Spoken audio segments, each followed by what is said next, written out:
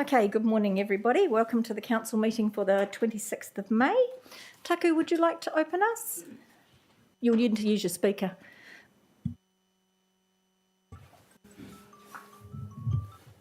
E hone e krore ki te atu ringarau he maungarongo ki te whenua, e whakaro pai ki ngā tangata katoa.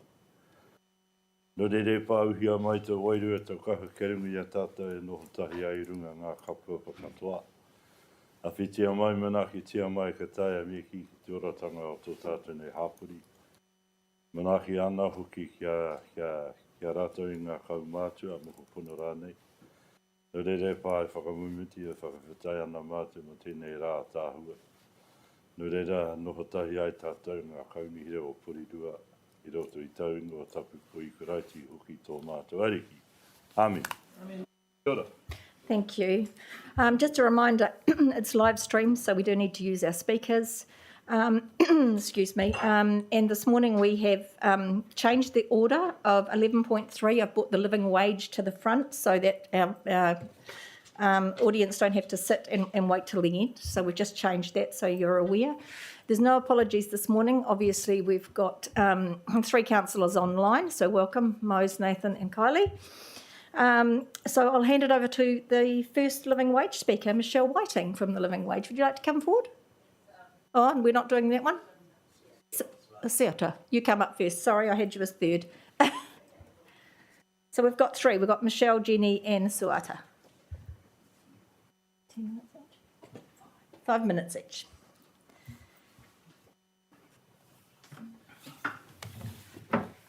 Do I have to stand up? So if you just turn your microphones on, ladies. Okay. Oh, it's on? Okay. Taro Falava. My name is Situa Tangatauri. I have worked as a cleaner for many years. The job is not easy, and it has long hours working at night time, needing to have many jobs to make up the hours. My last job was Porirua City Council, which I resigned from in 2020 because of poor health. At that time, we were not yet on living wage, but I have spoken before about how important it is to have the living wage. I currently live in emergency housing with my husband and children. We had to move out of our rental housing as we would not afford to pay the high cost. It has been struggle living off one income and try to survive. The cost of everything is ridiculous. We have to do without a lot of things, and that is hard. If I was in a job now that had the living wage, I would be happy because we could afford to move out of where we are and have a better life. I am happy workers now are getting the living wage, and I hope Porirua City Council will become accredited so that cleaners like myself can look forward to a better future. God bless Porirua City. Thank you. Thank you. You can take your mask off to speak. Thank you. Tēnā koutou katoa. Ko maunga rei aku taku maunga. Ko ko Tamaki te puāhanga o te Waite Mamatā, no Tamaki Makaurau ahau. Ko Waiting, tōku whānau, ko Michelle, tōku ingawa. Nō reira, tēnā koutou katoa. I'll sit back down now. I'm a new resident to Porirua City, but I have worked in the area for a total of about 20 years, both as a teacher and as a principal. I'm here to talk about the living wage and what we did at Corinna School some years ago to become a living wage school.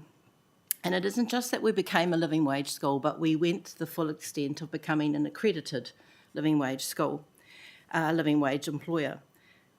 And one of the things that went on for me at that time was thinking about we had a number of values in our charter.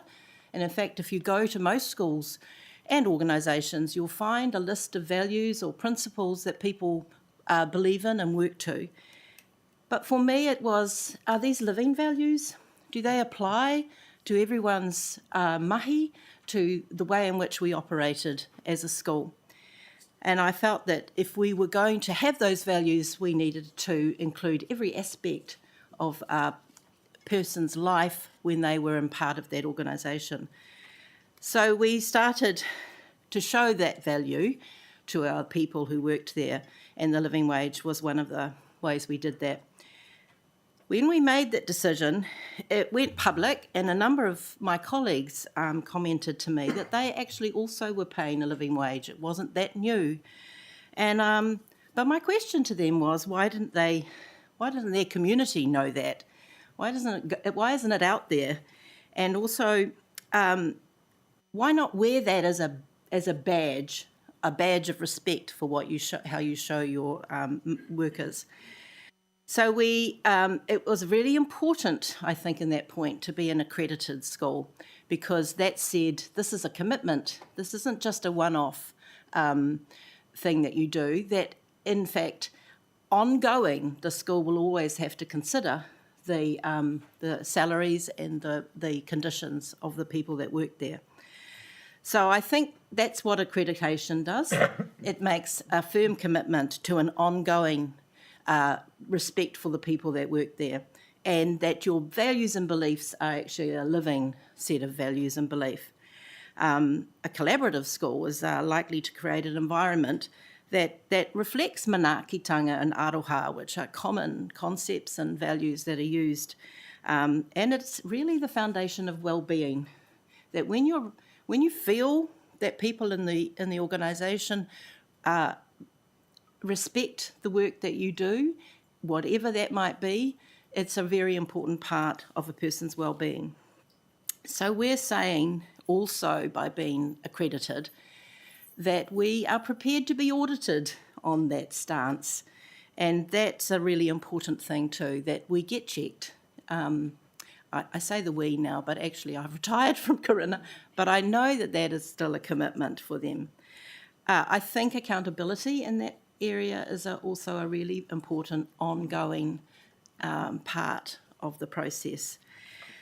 So as a resident, I absolutely support the council's decision to be a living wage employer, and I'm proud to live in a community that has that. I just want to suggest that the next step is to say this accreditation process commits the council in an ongoing way to those living values for how they respect their workers.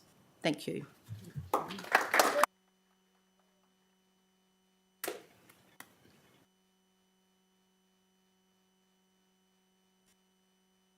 Ko Jenny Dawson.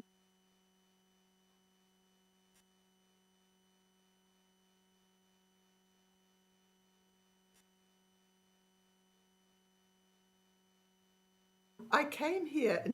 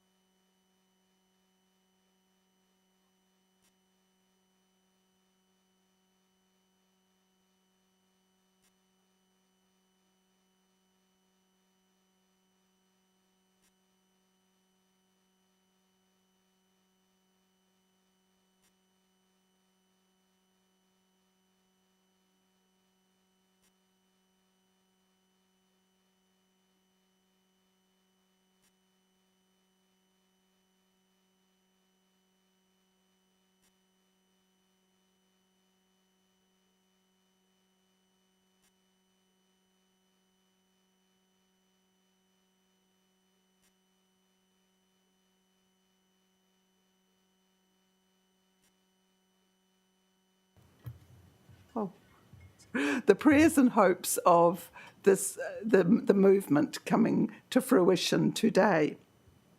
I'm very conscious too that we are not just a Christian group. Obviously, we are a group of unionists, community people, and a very broad-based social movement. And that's our strength, I think, that people come from all walks of life, committed to the living wage, and as in this city, as people who want to see Porirua standing on an ongoing basis for something fair and something that's good for all of us.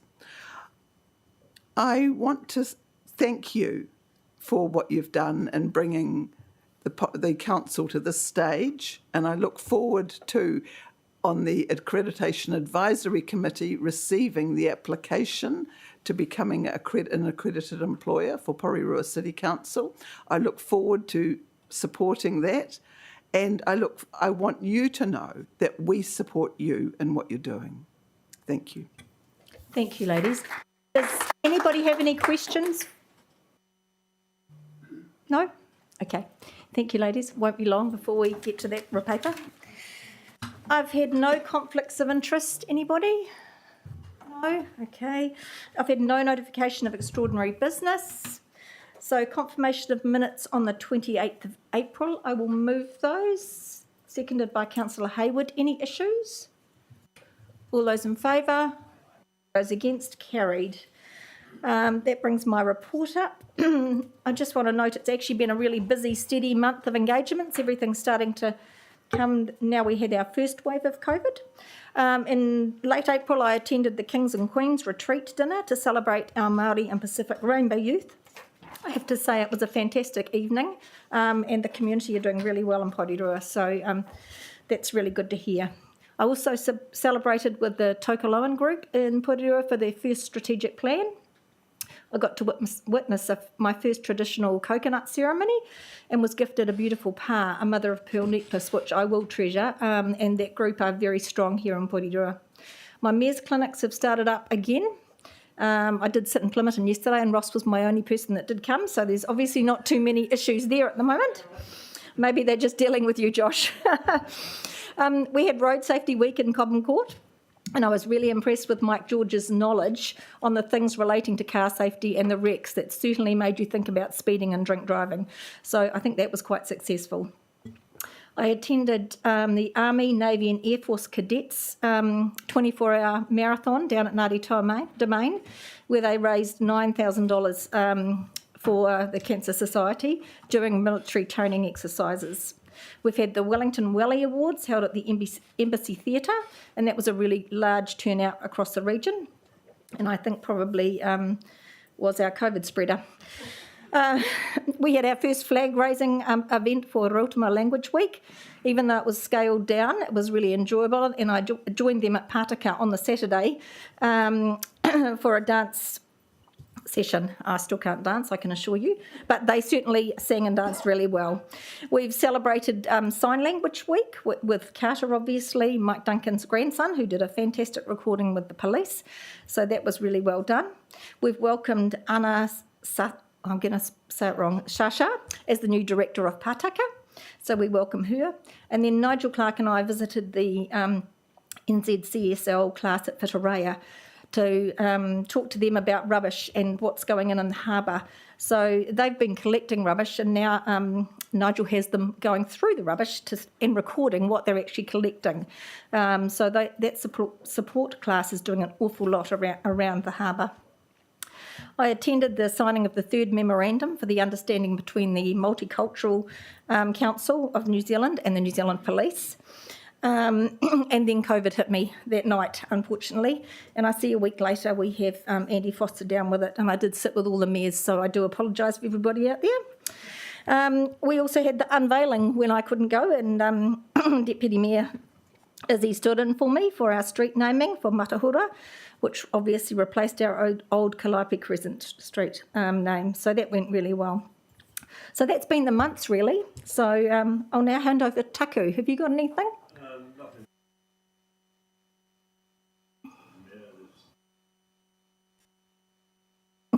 Nothing. Not a problem, and we'll be at something tonight together. Yes. Okay, so I'll invite Councillor Leggett, please, for Te Puna Kōrero.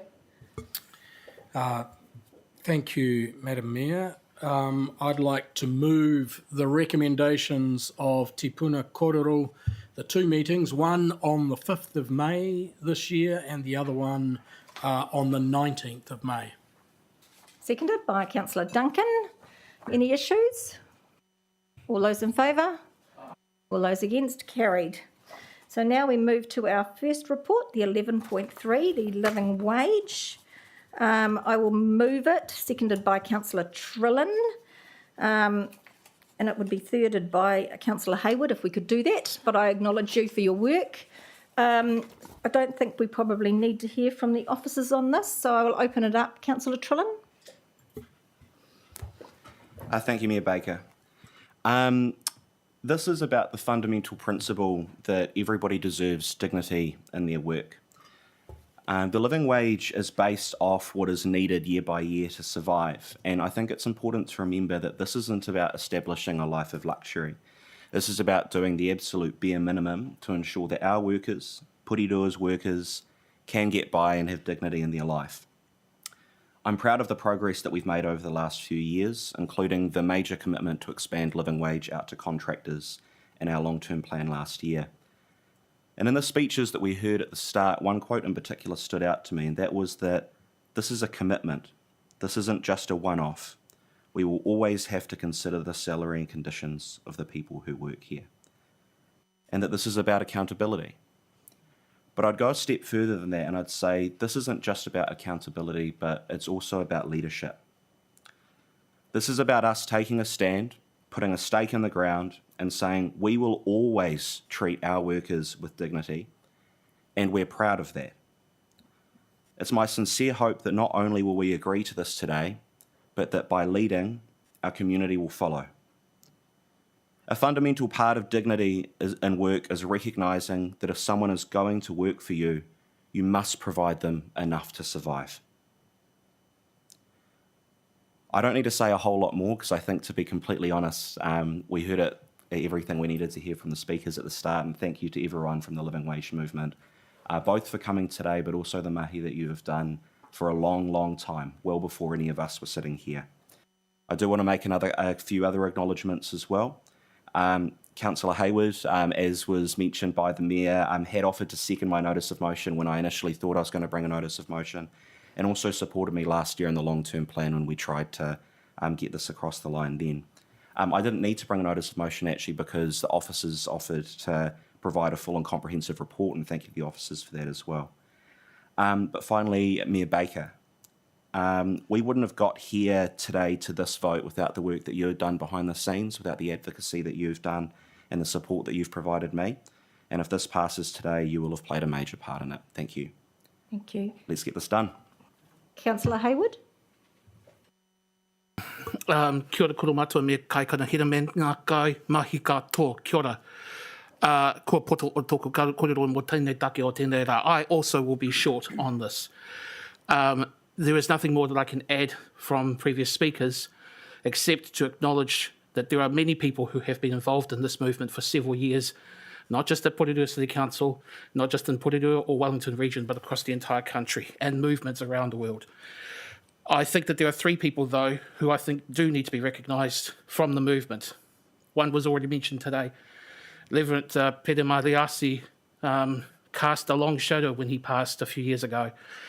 And yet, as the old saying goes, don't mourn, organise. And the movement continued to organise. You are all the inheritors of the mahi of those before you, including Reverend Perama Leasi. Thank you for that. Two individuals who were involved directly with the movement who are not here today, but whose work, whose mahi contributed to this vote. One is Lindy McIntyre, the other is Marlon Drake, both who had strived to see this day come forward. I hope that this is a successful vote, and if it is the collective effort of organisers across the community to make this happen. Kia ora koutou. Thank you. Anybody else? Councillor Morell? Thank you. First of all, I want to state that I'm not against employees earning a rate of pay that would provide them the necessities of life and to participate in the community. And I would expect that the council, as a good employer, would do that. But I do have to vote against this, not on the basis of voting against it is if the wage rate that the living wage is determined by the government, and the government should see that as their responsibility. I do not believe that an organisation should decide on what a living rate of wage should be, and that then permeates down into what their demands are of the community. And it is the ratepayers that we sit around this table and represent. The ratepayers end up paying for this, and the employees of other, as I say, the contractors, also we will be paying a higher rate of or ensuring that contractors pay. This could have two effects. One of the effects is that it will certainly have an effect of increasing the cost of the contract, but the second one, it could exclude some contractors from actually applying or tendering for jobs or infrastructure that we need, and that will exclude them from actually participating or applying to do the work, and consequently the council misses out. So I'm not against paying, and as a good employer we should do that, and I consider I'm a good employer and I do that, but I do not believe that an organisation should dictate other than the government what is a living wage, and that then determines, and the drive, as I say, determines where this goes. That they dictate to us, they determine whether we are a good employer or not, and as a council we should always be a good employer, and certainly shouldn't have an organisation. And I appreciate the work that everyone has done, but it comes down basically ratepayers have to pay this, and ratepayers are paying huge rates at the present time, and will continue to do so. And this just is another cost. So I have to vote against it. I'm not against the principle, but I'm against the way that, and the organisation that actually dictates what should or should not happen. Thank you, Councillor Morrell. I've been here for 12 years, obviously, and I think now we're finally getting to this. I started on the other side of the fence. I think this is the right time to do it. We've been paying the living wage. Now it's time to be accredited. With everybody else in the region, all the other councils in the region being accredited, we're slipping behind, and we need to be regionally focused. So with that, I will put the motion. All those in favour? Aye. All those against? No. Carried. We will record your absent against. Thank you.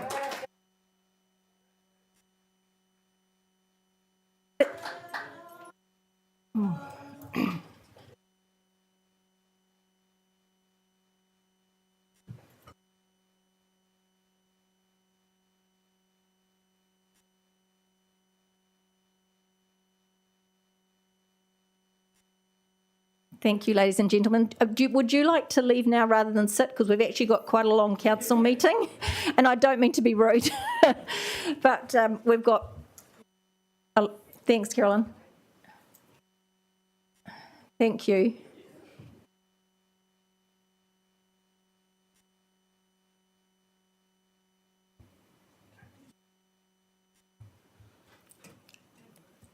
Once it's gone. Yes, once our guests have gone, we can take our masks off.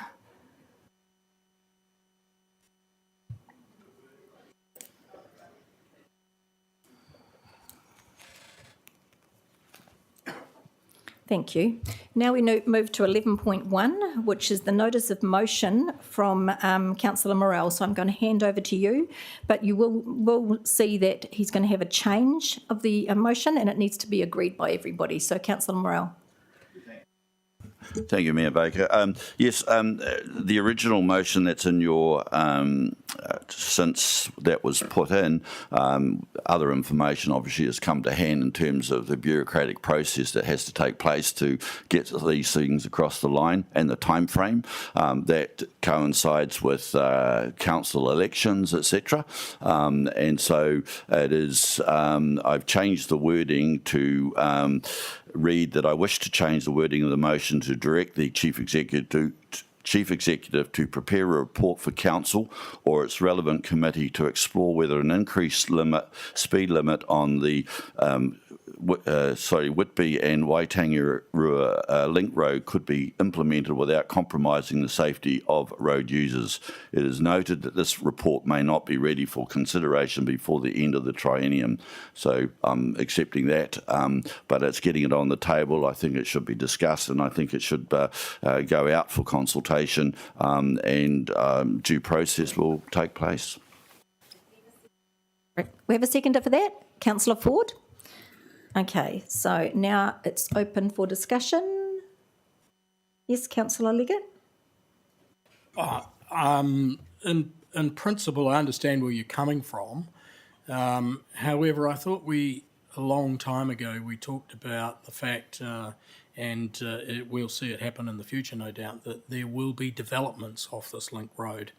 And I'd just like to ask now whether, if there are developments off this road, would we be forced to put the speed back to 50 kilometres an hour, or is that just a consideration? I mean, there are plenty of other roads around that have roads going onto them before we do any work. Probably is my answer. So it depends on timing, I suppose, but sort of volume of traffic will be a factor, and linkages into that road will be a factor in speed limits. So if that's the case, why are we bothering to do any work? I mean, that's just where I come from, Ewan, because, I'm one for, I don't like what's happening around the country to speed limits and dumbing us down, but I don't think that is a dumbing down thing. I think we should just suck it up and drive at 50k on that road. And that's amazing coming from me. Put it up to 60k, people will be doing 80k. And once, if we're forced to put it back down again when developments start, why bother to do it in the first place? We can traverse all those issues in the report. Councillor Duncan. Yeah, I'm ambivalent about this, although I have travelled on it at 80 and thought, God, I could lose my licence doing this. But it is a good piece of road. It's easy to drive. I just wanted a clarification from Ron, if I could. The design considerations on page 15, you said it was designed for a minimum speed of 50 k's.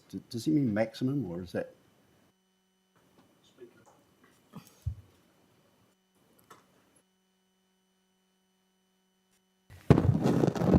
I'm not aware of what the maximum speed is.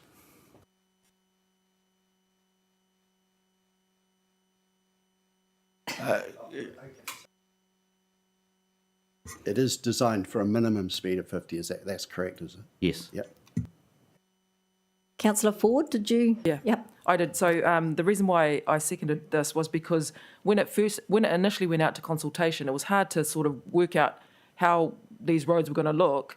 And now that the roads are in place, and having driven those link roads many times and had many complaints from our residents in Waitangi and Whitby area, it is quite easy, as Councillor Duncan says, to get to 80 before realising, oops, you could lose your licence, so get back to 50. So I just wonder if that's why I'm in support of this. Although I do hear Councillor Leggett's concerns around residential, the houses going in later on. However, how long is a piece of string? We don't know when those residential properties are going in. Do we wait 6 months, a year, whatever it is? Meanwhile, the roads are there to be travelled on. Councillor Trillin. Yeah, I think my instincts are similar to Councillor Leggett's on this. And I just wanted to ask, so if we're seeking a report on this, how comprehensive is this report going to be, and tied in with that, I guess, what are we committing to this in terms of resources? Is this like a quite a lengthy, expensive exercise, or is it something that's relatively straightforward and easy for officers? I'm sure these people on my right will correct me if I get this wrong, but the report will basically propose or give you some options about speed limits. Then we do have to undertake a consultation process, so that's required. And of course, we have to comply with Waka Kotahi guidelines around all of this too. So, Ron or Daryl, did you have anything? I can add a couple of things. There's quite a few things that we need to consider, like there's a geometric elements, how fast you can go down a hill, around a bend. If you have the very tight bends, there's a certain speed. You know, a very tight bend, you can only go slow. And then as the radius gets, bigger, you can go faster. So that's going to be a limiting factor. We'll have to take into account trucks, roadside development, the new speed limit rule. But the real key thing is it has to be safe and appropriate. And we have to look at if there is an increased speed limit, can it be safe and appropriate, and can we mitigate any risks? So lots and lots of factors to consider. Through the Mayor, Ron, will you use WSP to do that work, or a similar firm like you did for Raiha Street? Yep, we'll probably use WSP. So there is a cost, Councillor. Okay, yeah, I think off the back of all of that, well, I do understand the perspective that Councillor Morell's bringing. I think I'll be voting against this. Councillor Ford, you had a... Sorry, just to follow up. Is there a possibility of having is it VSL on that road? The variable speed limit. Just because we say make it 60 doesn't necessarily mean that hill has to be 60 or 80 or whatever it is. Through the chair, we can ask that question. I think everything can be put on the table, and then we can provide a report with lots of different options.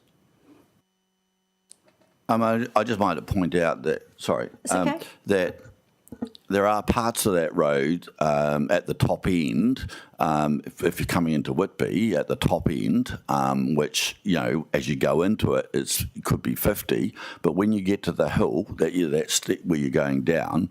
I mean, if you travel that every day like I do, and there is, I mean, it's a difficult. It just seems to be like I could get out and walk.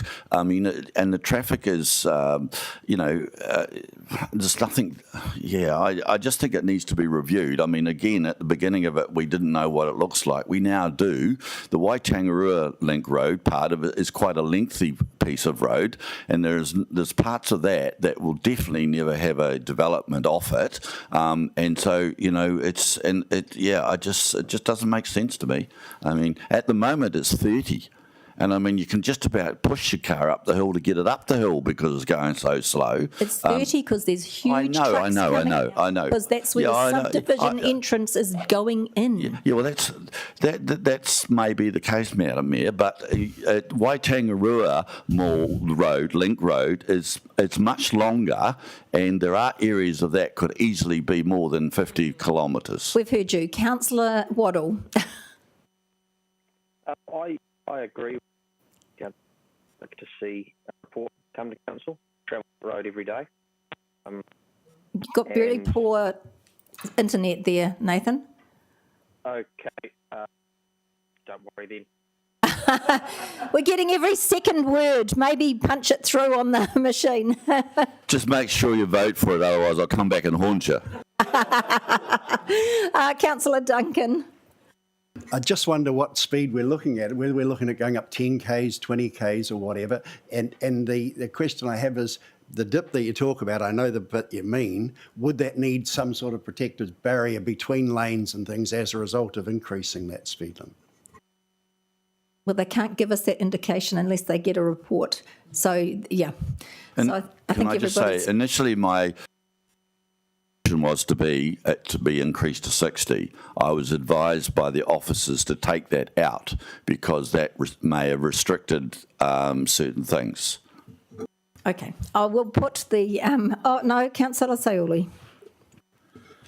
Hey, I hear Councillor Morell, because sometimes when I've gone 70, I thought I'm going 50. It's not till I look at the odometer, I kind of think, oh, shucks. So I do understand. My question is, in terms of development, I know is there any indication of when that development will come about? One's already on the Whitby Link Road started. It's coming out once they're So the Whitby one, how finished. about the Waitangiroa one? I haven't got a time frame on that. Because for me, I think if I hear what Councillor Morrell's saying, if it's going to be years and years down the road, I agree with what Councillor Morrell. But if it's like next year, then I agree with what Councillor Leggett has kind of talked about too. Okay. Councillor, are we happy? Thank you. Hey, I agree with the report being done, but my concern is that everyone's now is going, oh yes, I'll drive that road and I'm going 50, and by the time you know it, I'm going 70 or 80. If it gets changed to 70 or 80, everyone then's going to go, oh yes, no. By the time you know it, I'm at 100 going into these residential areas. So. For me, it's more of a health and safety thing, not what suits you on the day when you're driving your car. So yeah, I think that taking everything into what Ron was saying into perspective is kind of what we need to read on, and not so much how much of a hassle it is for people, to keep their foot off the pedal. Okay, thank you. You all understand the motion that has been put. Would you like Councillor Morrell to read it again or not? Does everyone understand? Okay, straightforward. All right, I'll put the motion. All those in favour? Aye. All those against? No. 2, Josh and Ross. So we'll record that. So that is passed. Thank you. We'll move to 11. Excuse me, everybody has their right at the table to lodge a report. Enough. 11.2, local government elections. I will move it, put it on the table. Seconded by Councillor Ford. Any discussion on this? Yes, Councillor Hayward. Thank you, Koro Matua. Question for officers. Can they elaborate on what new initiatives that Council is undertaking for this election that would be specifically focused on reducing barriers of access for those with accessibility challenges, disabilities and so forth? Kia ora. Through the chair. Councillor Hayward, this time around we're putting ballot boxes into the supermarkets. Most people have access to a supermarket, and therefore the ballot boxes will be there for them to drop their votes into. This time around we're also having a drive-through in the Hagley Street car park, so that people can come, they don't even need to get out of their car, they can drop their ballot into, their vote into the ballot box. We are just starting work with some of the rest homes and retirement villages to see if we can take a ballot box into those organisations, and also we're just making contact with the likes of Whitireia so that we can, to see if we can put boxes in there. So we are well aware in terms of street receivers that there are a lot fewer around, but in our thinking it's also about easy access. So that's what we're doing. Thank you for that response. That's very good for people to have that information known to them. Can I also just check, are there any additional measures in place around those with visual or hearing impairments around the materials that Council provides or finishes with voters about candidates and how to vote? No, not at this stage, but certainly we can look at how we can use the resources that we have to do that. So I'll take a note to make sure that we do look at that. This is more of a comment perhaps than a sub, but I just wanted to point out that had we had an accessibility advisory group, we maybe have been able to highlight these types of issues with council officers beforehand. But the sub I would ask also is there latitude for some sort of disability impact report or statement to be incorporated into future items of this type for council to deliberate on?